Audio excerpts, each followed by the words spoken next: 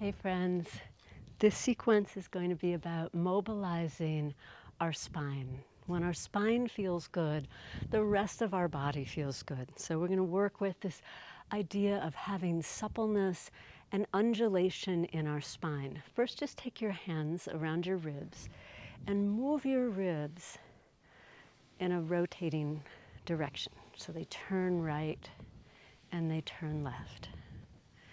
And then take a hand in front of your body and in back, and take your ribs forward and back.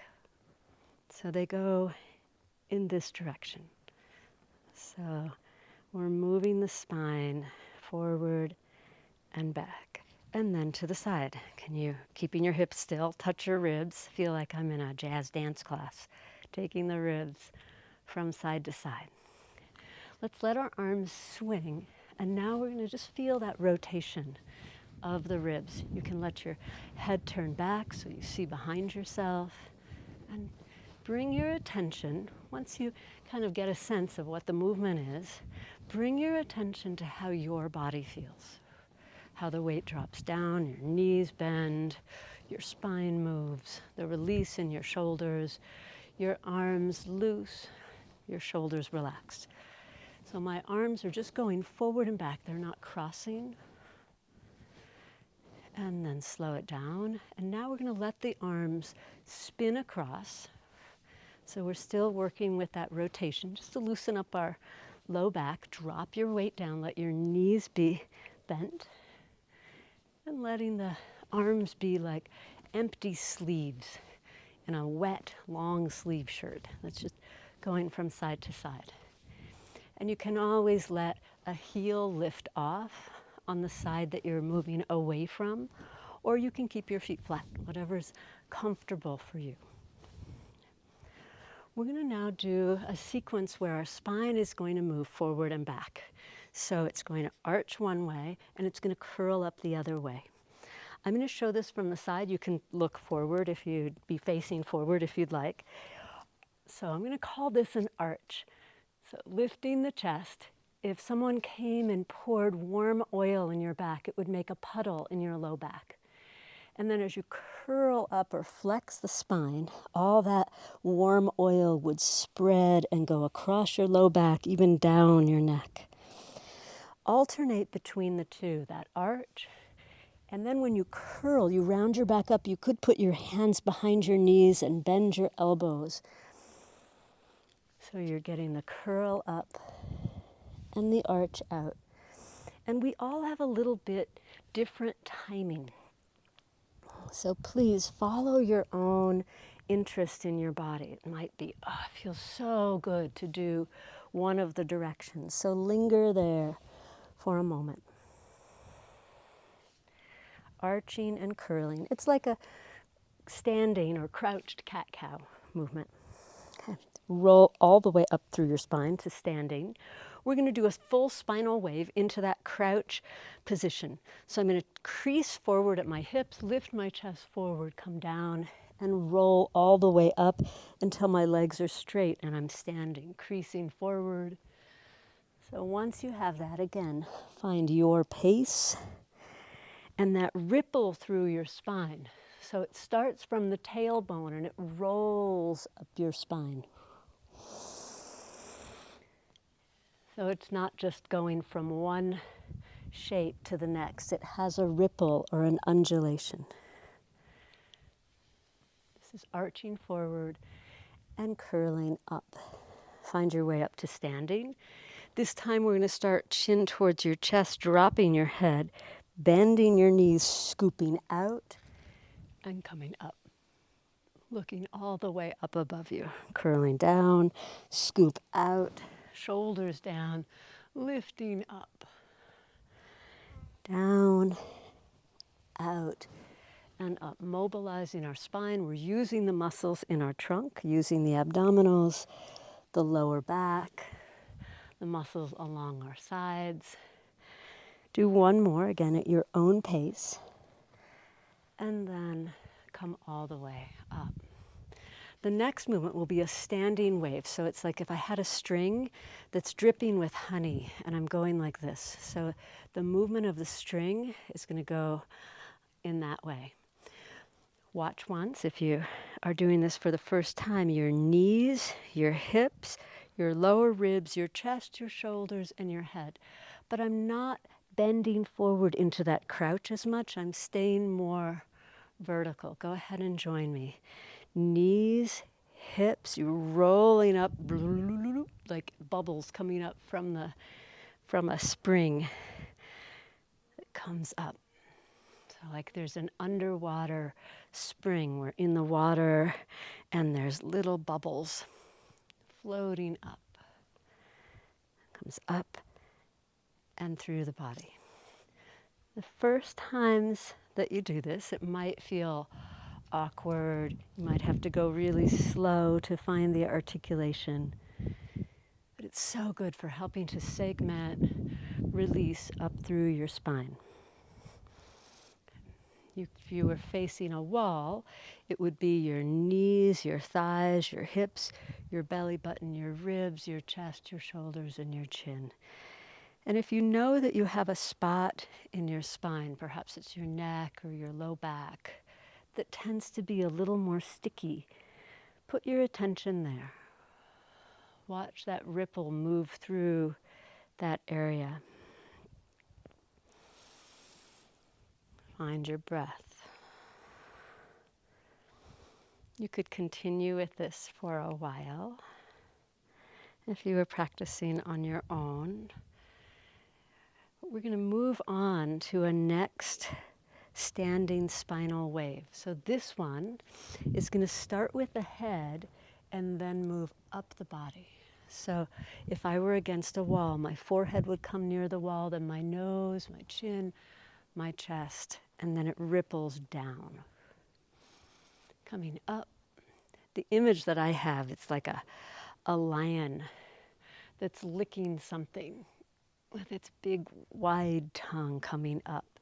Forehead, nose, chin, chest, ribs, belly button, hips.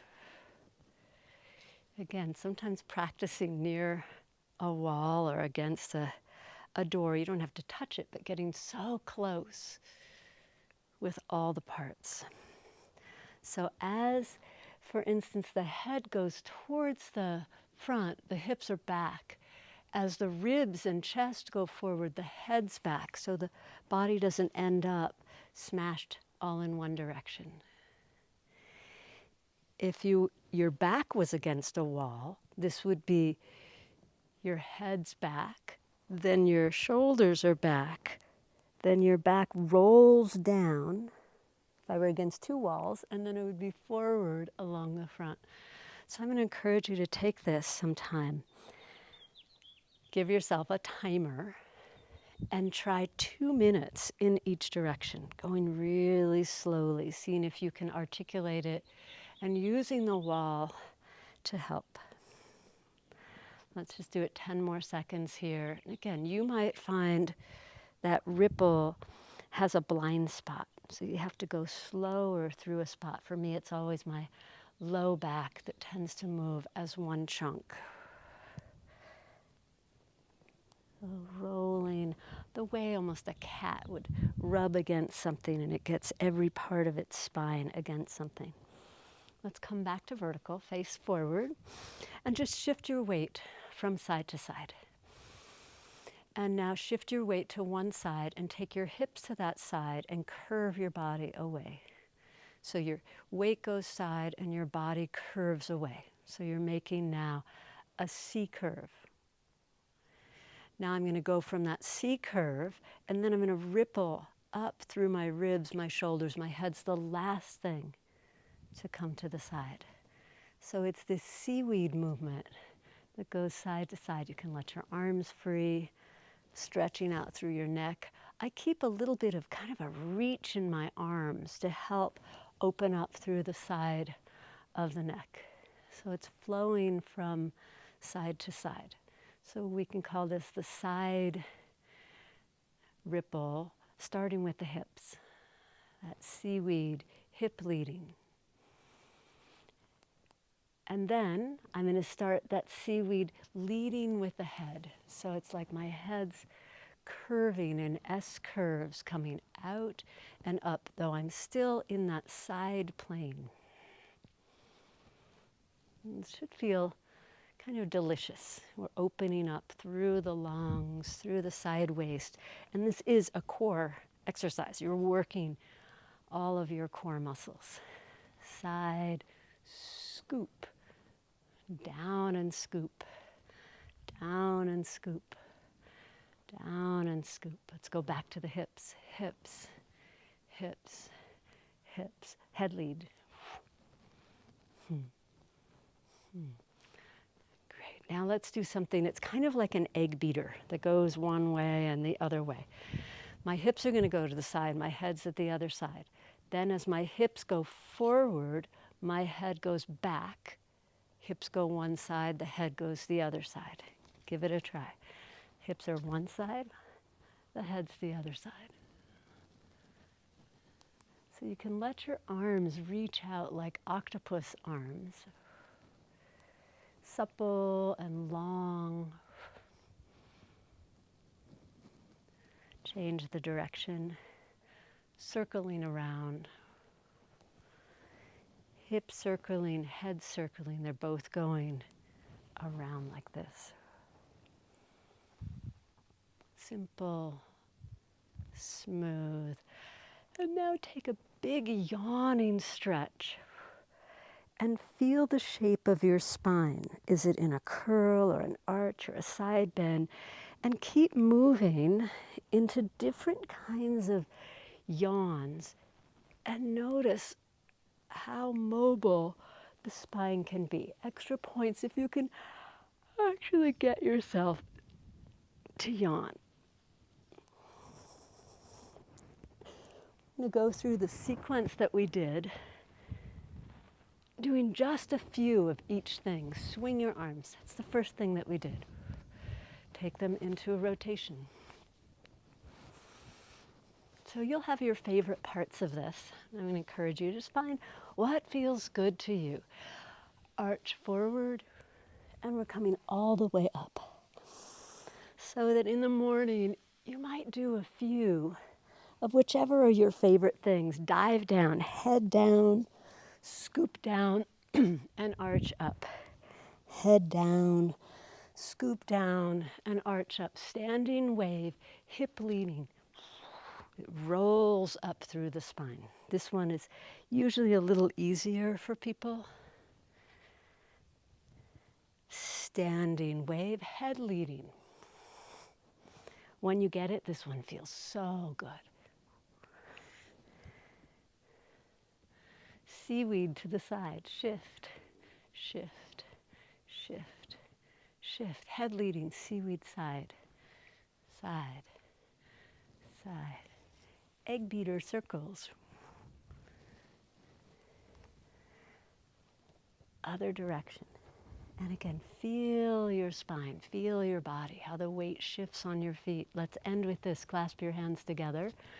Make a loop above your head. Scoop off to the side. Curl around to the front, the side, the back.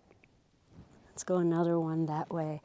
You can make it really big by coming up onto the ball of the foot, reaching out, change directions.